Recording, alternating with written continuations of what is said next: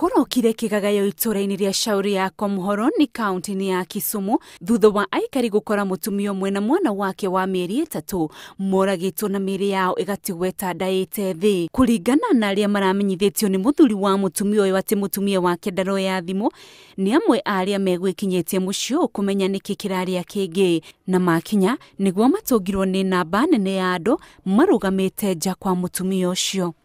Further inquiry showed that the neighbors had previous quarrels during the day, and that evening the phone of the lady could not go through. That was on 6th of June 2018.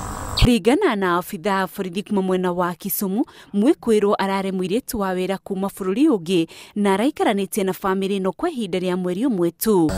This was alleged to be done by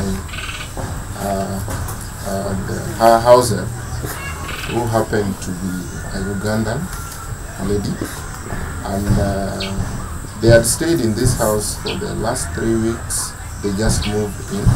Arĩa mariganĩtie makiuga ndararagia na andũ na atĩ nĩ angĩrarĩirio akirĩte.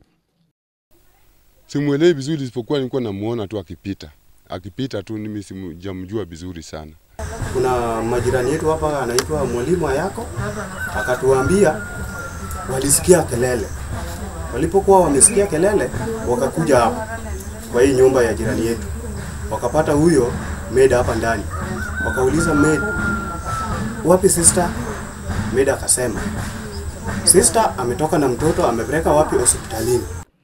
Borithi ni mambĩrĩirie gwethana na Muiritu gũkũ mĩĩrĩ ya mutumia na mũriũ ĩkĩigwo nyũmba-inĩ ya kũiga mĩĩrĩ ya thibitarĩ nene ya Kisumu yetereire ũthuthuria makĩria.